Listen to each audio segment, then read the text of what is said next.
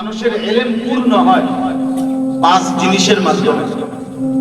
এক নম্বর হলো আল ইস্তিমা, মনোযোগ দিয়ে শোনা। দুই নম্বর আল ফাহমু, বুঝতে চেষ্টা করা যে আমি আসলে বুঝলাম কিনা কি বলছি, না বুঝলে আবার জিজ্ঞেস করা, আবার বুঝতে চাবো। তিন নম্বর হলো আল হিফজু, মুখস্থ করা। চার নম্বর হলো আল আমাল, আমলে পরিণত করা। পাঁচ নম্বর হলো আন নাশরু, অন্যের কাছে পৌঁছিয়ে দাও। এই পাঁচটা একসাথে হলে কোরআন সুন্নাহর ইলম পূর্ণ। মনোযোগ দিয়ে শোনা, বুঝা, মুখস্থ করা, আমলে পরিণত করা, অন্যের কাছে পৌঁছিয়ে। এজন্য দোস্ত মনোযোগ দিয়ে শুনতে হবে, অল্প হোক বেশি।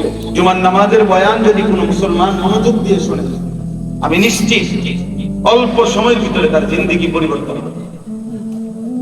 এক বছরে 52 সপ্তাহ, 52টি জুমা, তাহলে 52টা জুমা যদি কেউ 30 বছর ধরে শুনে থাকে, একজন বয়স্ক চাচার বয়স আসবে 60 বছর মনে করেন, তাহলে উনি আজকে কত বছর যাবত প্রতি বছর 52টা করে জুমার বয়ান শুনে 60 বছরে মিলা গুনে। এতদিন শুনবার পরেও আপনি হলো বিড়ি খান,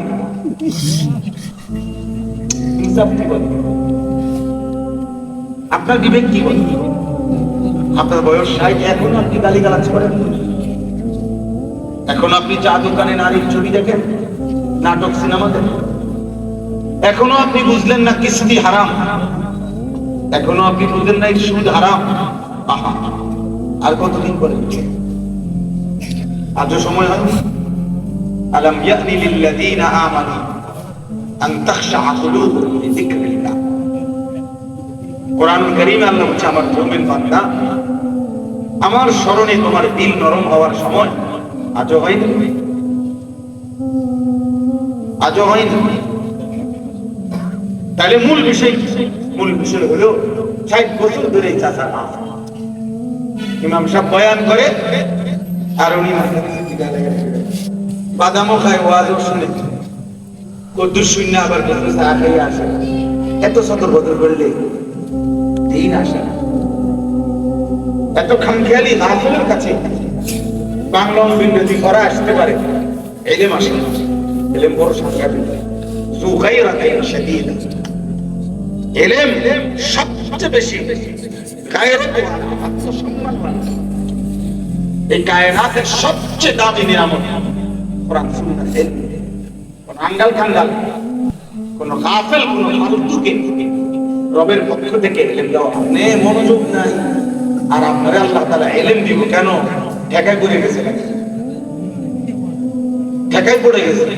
ভাত খাওয়ার দরকার, ভাতে না খাওয়া, ইলম দিয়েছে। কোরআন সুন্নাহর নিয়ামত ভিন্ন জিনিস। লা ইউতিকা বা'দাহু হাত্তা তু'তিয়াহু কুল্লাহ।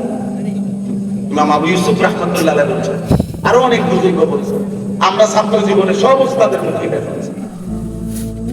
বুজুর্গরা বলেন, তুমি যদি তোমার পুরা নিজেকে 100% উৎসর্গ করে দাও, তাহলে ইলম তোমাকে কিছু,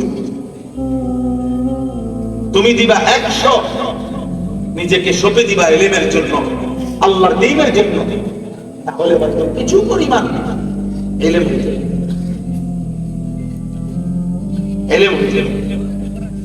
এই জন্য ভাইয়া, নওজোয়ান, বয়স্ক বাবা, সবার জন্য কোনদিন তোমার ফজরের নামাজ পড়তে মন চায় না। কেন ভাইয়া? কোনদিন তোমার 5 ওয়াক্ত নামাজ পড়তে মন চায় না। এটা তোমার কেমন দিল তুমি বোঝো না? তোমার কলজে আছে, তোমার ভিতরে কল্পনা কিছু আছে কিনা? হ্যাঁ, কোরআনুল কারীমের মধ্যে আছে, আল্লাহ তাআলা বলেন, পাথর আল্লাহর ভয়ে থাকে, পাথর আল্লাহর ভয়ে থাকে।